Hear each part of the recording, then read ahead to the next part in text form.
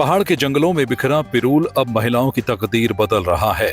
कभी बेकार समझा जाने वाला पिरूल आज स्वरोजगार और आत्मनिर्भरता का जरिया बनकर ग्रामीण महिलाओं को नई पहचान दे रहा है। पौड़ी में रक्षाबंधन के मौके पर इसकी खूबसूरत तस्वीर देखने को मिल रही है। स्वयं सहायता समूह से जुड़ी महिलाएं पिरूल का इस्तेमाल कर आकर्षक राखियां तैयार कर रही हैं। इन राखियों को बाजार तक पहुंचाने के लिए जिले में 27 अलग अलग स्थानों पर स्टॉल लगाए गए हैं। इन स्टॉलों पर पिरूल से बनी राखियों के साथ महिलाओं द्वारा तैयार किए गए अन्य स्थानीय और हस्त निर्मित उत्पाद भी बिक्री के लिए उपलब्ध हैं। खास बात यह है कि इन उत्पादों को लोगों को अच्छा रिस्पांस मिल रहा है। स्थानीय लोग पिरूल से तैयार राखियों को पसंद करने के साथ इन्हें खरीद भी रहे हैं। इससे महिलाओं को उनके हुनर का सीधा आर्थिक लाभ मिल रहा है। मुख्य विकास अधिकारी अशोक जोशी ने बताया कि स्टॉल के माध्यम से स्वयं सहायता समूह से जुड़ी महिलाओं को अपने उत्पादों के लिए बेहतर बाजार उपलब्ध कराया जा रहा है। पिरूल का इस्तेमाल एक तरफ पर्यावरण संरक्षण में मददगार है तो दूसरी तरफ यह ग्रामीण महिलाओं की आजीविका का मजबूत साधन बन रहा है। तो सर अब हम इसमें पिरूल की राखियां बना रहे हैं। इस तरह पिरूल की राखियां बना रहे हैं और अच्छा रिस्पांस आ रहा है सर। फोटोग्राफी में भी काफी रिस्पांस अच्छा आ रहा है। और सर हमें इस पिरूल के चलते हुए सर हमें राज्य स्तर पर दूसरे स्थान प्राप्त हुआ है। और सर हम चाहते हैं आपका आशीर्वाद हमारे ऊपर ऐसे बना रहे। और सर हम सभी बहनों की तरफ से आपको ये पिरूल की राखियां सप्रेम भेंट सर। धन्यवाद सर। है कि हमारी जनपद में जो जितनी भी एसएचजी हैं वो सारी एसएचजी जो है महिला मेंबर वाली हैं, यानी महिलाओं की एसएचजी हैं। और महिलाओं के आर्थिकी को उन्नयन के लिए रीप एनआरएलएम के तहत कई कार्य किए जा रहे हैं और कई उनको सहायता भी दी जा रही है। तो इसी में माननीय मुख्यमंत्री जी ने एक, आपने सुना होगा आजकल लखपति दीदी बनाने वाला भी एक चल रहा है। हमारे जनपद में भी करीब 37,000 महिलाएं लखपति दीदी हैं, यानी उनकी जो इनकम है वो 1 लाख से ऊपर है। तो जो महिलाएं नीचे रह गई हैं, जो 1 लाख तक नहीं पहुंच पा रही हैं या उसके नज़दीक हैं, तो उनकी आर्थिकी को बढ़ाने के लिए ये माननीय मुख्यमंत्री जी के ये भी निर्देश थे कि इनको जो बीच बीच में हमारे जितने भी त्यौहार होते हैं उन त्योहारों में एसएचजी चूँकि अपने कई किस्म के प्रोडक्ट बना रही है। कोई जैम बना रहे हैं, कोई स्क्वैश बना रहे हैं, कोई अचार बना रहे हैं, कोई माल्टा के रस से जूस बना रहे हैं और उससे फेस पैक, इतनी ये चीज़ें बना रहे हैं, साबुन इत्यादि बना रहे हैं। तो इनको मार्केट मिला है। और तो इसके लिए हर त्यौहार के समय, त्यौहार से लगभग एक हफ्ता पहले से हम एसएचजी के माध्यम से जगह जगह स्टॉल लगाते हैं। तो ये राखी का जो त्यौहार आ रहा है इसमें भी हमारा कल से यानी 21 तारीख से पूरे जनपद में 15 ब्लॉकों में 27 जगहों पे हम, जहाँ पर की छोटी मार्केट है जहाँ पर इनकी सामग्री बिक सकती है, वहाँ 27 जगहों पे हमने स्टॉल लगाए हैं। इस स्टॉल में डायरेक्टली तो करीब 80 से 90 के बीच में हमारी महिलाएं उस स्टॉल पे काम कर रही हैं, यानी वो स्टॉल पे उपस्थित हैं। लेकिन वो जो स्टॉल पे जो सामग्री बेच रही हैं वो कई एसएचजी से वो प्रोक्योर करके वहाँ पर ले जाती हैं। तो इसमें हमारी अधिकांश एसएचजियाँ जो हैं वो भी इनडायरेक्टली इससे बेनिफिटेड रहती हैं। तो जैसे कल का दिन जो था उसमें 27 जो हमारी स्टॉल लगे थे उसमें इन्होंने 73,000 रुपये की अपनी सामग्री का विक्रय किया, जिसमें इन्होंने अपने उत्पाद तो बेचे ही बेचे, उसके अलावा राखियाँ भी बेची। और हमारे यहाँ एसएचजी ने जो पिरूल हमारा है इससे बहुत सुंदर राखियाँ बनाई हैं। तो पिरूल जो कि एक किस्म से उत्तराखंड में बहुतायत में पाया जाता है और लोग को उसकी कोई वैल्यू ही नहीं रखते, तो उससे ये ऐसा प्रोडक्टिव काम करके ये राखियाँ बना रहे हैं और लोग बड़े उत्साह से इसको खरीद रहे हैं। पौड़ी में रक्षाबंधन के मौके पर कांग्रेस ने ऑडिटोरियम में कार्यक्रम आयोजित कर शक्ति प्रदर्शन किया। कार्यक्रम में कांग्रेस प्रदेश अध्यक्ष गणेश गोदियाल का महिलाओं और कार्यकर्ताओं ने स्वागत किया। इस दौरान करीब 200 महिलाओं समेत कई लोगों ने कांग्रेस की सदस्यता ग्रहण की। महिलाओं ने गणेश गोदियाल को राखी बांधकर रक्षाबंधन की शुभकामनाएं दी। गोदियाल ने पर्व की बधाई देते हुए इसे भाई बहन के प्रेम और विश्वास का प्रतीक बताया। कार्यक्रम के दौरान गणेश गोदियाल ने केंद्र और केंद्र सरकार पर निशाना साधा। उन्होंने आरोप लगाया कि सरकार युवाओं को रोजगार देने में नाकाम रही है।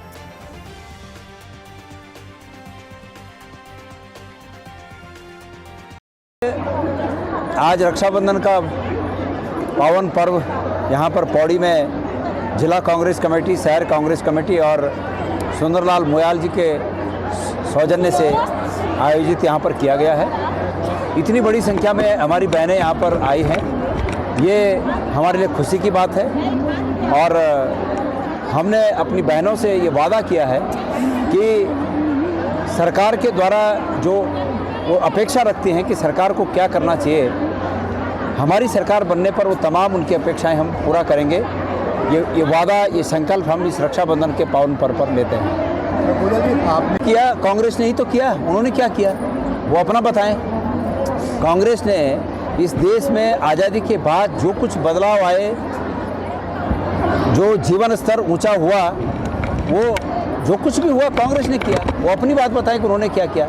उन्होंने अगर ये बताएंगे तो ये तो प्रमाणित हो चुका है कि नौकरियों को बेचने के कारोबार इनके मंत्री अपने घरों में बैठ के कर रहे हैं। उनके विधायकों ने आरोप लगाए हैं। तो इसलिए वो कांग्रेस की बात ना करें, वो ये बताएं कि उन्होंने अपने समय में क्या किया। एक सवाल ये आ गया, कर्जदार बनाया गया। हमारी बहनों को कर्जे की ज़रूरत नहीं थी, हमारी बहनों को रोज़गार की ज़रूरत थी। तो रोज़गार न देकर कर्जदार बनाना ये भारतीय जनता पार्टी की सरकार का अपराध है, और ये बहनें निश्चित रूप में बदला लेने के लिए तैयार हैं।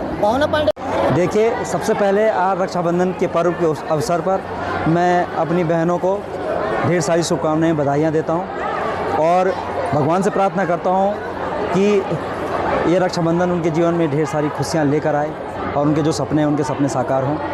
रही बात जो आपने कहा कि लखपति दीदियों की, देखिए भाजपा ने अगर हमारी बहनों को लखपति बनाया होता तो आज उनको ये आलम नहीं देखना पड़ता। आज आप देख रहे होंगे कि आम जनमानस सड़कों पर है, चाहे हमारी बहनें हों, हमारे बेटे हों, हमारे भाई बंद हों, सब सड़कों पर है। उसका कारण ये है कि जो इन्होंने उनका शोषण किया है, चाहे महिला नेत्री की बात करूं, महिला शक्ति की बात करूं, तो महिलाओं में इन्होंने जिस तरह से उनका संरक्षण करने के बजाय उनके साथ दुर्व्यवहार किया, आपने देखा होगा कि आज मैं निश्चित रूप से कुछ देर पहले भी कह रहा था कि अंकिता भंडारी वाला प्रकरण, अगर अंकिता बहन को इन्होंने न्याय दिया होता और आज अंकिता जैसी कई लड़कियां जो इनके संगठनों के पदाधिकारियों के द्वारा जिस तरह से जो है उनके साथ गलत व्यवहार किया गया, उनका शोषण किया गया, तो आज उसी का नतीजा है कि जो है भारी मात्रा में जो है हमारी बहनें, हमारी माताएं जो है कांग्रेस का दामन थाम रही हैं। देखिए, भाजपा 10 साल का राज यहाँ पर कर चुकी है और 10 साल के राज में उन्होंने यहाँ पर सिर्फ राज्य को कर्जे में डाला है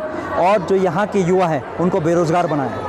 उन युवाओं के सपने साकार करते तो एक एक बहन उस युवा के साथ होती, लेकिन आज उनके भाइयों के हाथ भी खाली हैं, बहनों के हाथ भी खाली हैं। तो कहीं ना कहीं आज उनको जब देखने को लगता है कि पूर्व में कांग्रेस सरकार थी, दुनिया भर के विकास कार्य हुए, उनके भाइयों को रोज़गार भी मिलता था, तो आज उनकी समझ में आ गया है कि कांग्रेस ही एक ऐसी पार्टी है जो सभी लोगों को साथ लेकर चलती है। रक्षाबंधन का कार्यक्रम जो है वो मैंने इस उद्देश्य से यहाँ पर आयोजित किया कि रक्षाबंधन का जो बंधन है वो हमारी बहनों के लिए बहुत ही रक्षाबंधन का पवित्र त्यौहार है।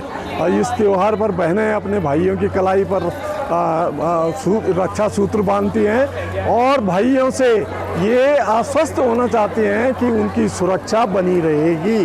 तो देखिए, पिछले दिनों भाजपा के कार्यकाल में आपने पिछले 10 सालों में महिलाओं के ऊपर जितने अत्याचार हुए, जो इन्होंने बेटी पढ़ाओ बेटी बचाओ वाला जो कार्यक्रम चलाया था, उसके तहत महिलाओं के ऊपर जितने अत्याचार हुए, शर्मनाक घटना है और हम भाजपा की निंदा करते हैं इस कार्यक्रम में। लेकिन मैं ये कहना चाहता हूँ कि लखपति दीदी के कार्यक्रम में एक भी अब ये मंच में करीब 800-900 महिलाएं बैठी हुई थी।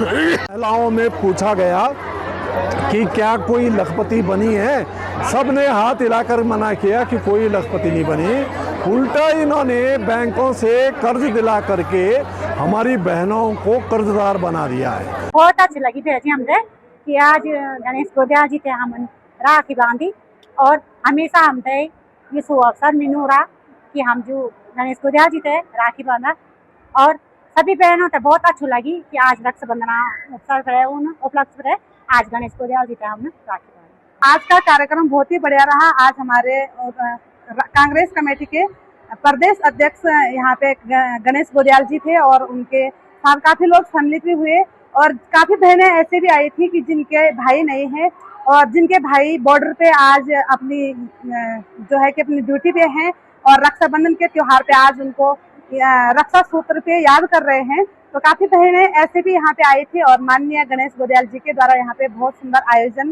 किया गया और काफी लोग इसमें सम्मिलित हुए हैं। बस एक वो भाव वो पल था और मेरे को ऐसा याद आया कि जिनकी वजह से हम आज सुरक्षित अपने घरों में अपने भाइयों को राखी का त्योहार और राखी बांध रहे हैं, तो उनके वो सरहद पे हमारी रक्षा कर रहे हैं।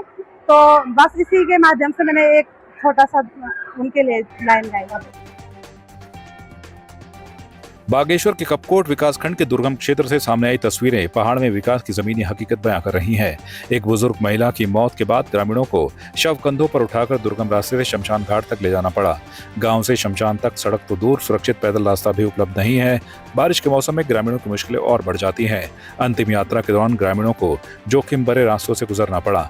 ये तस्वीरें सिर्फ एक परिवार की परेशानी नहीं बल्कि उन ग्रामीणों की मजबूरी दिखाती हैं जो आज भी बुनियादी सुविधाओं के इंतजार में है।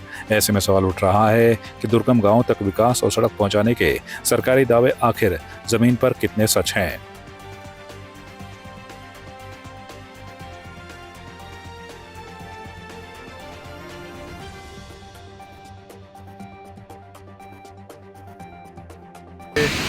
दिन है, आप सभी लोगों को मालूम है। और आज मेरे गांव में हमारी बुआ का निधन हुआ और हमारा बहुत बड़ा दुर्भाग्य है दानपुर क्षेत्र का। हम सभी लोग बुआ को लेकर शमशान घाट आ रहे थे, तो सच कह रहा हूँ मुझे इतना दुख हुआ। आज़ादी के 80 साल में हमारा देश पहुंचा है और आज भी हमारे दानपुर के लोगों को शमशान तक पहुंचाने का रास्ता भी नहीं। बहुत दुख होता है जब ऐसी स्थिति हम लोगों के बीच आती है और बहुत तकलीफ होती है, मन को बहुत पीड़ा होती है। तो मन से बद्दुआएं भी निकलते हैं उन जनप्रतिनिधि के लिए जिन्होंने हमारे क्षेत्र की ओर अनदेखा किया है। एक ओर हमारा दानपुर का क्षेत्र सड़क के लिए संघर्ष कर रहा है और आंदोलन कर रहा है, दूसरी ओर हमारे क्षेत्र के लोगों को मरने के बाद अंतिम यात्रा करने तक का रास्ता नहीं। तो आपकी इस पर क्या राय है, हमें कमेंट कर जरूर बताएं। इसके साथ ही आप हमारे YouTube चैनल को सब्सक्राइब कीजिए। आप हमें Facebook, Instagram, Twitter पर फॉलो भी कर सकते हैं और संवाद 365 के साथ एक क्लिक में जुड़ने के लिए डाउनलोड कीजिए संवाद 365 ऐप।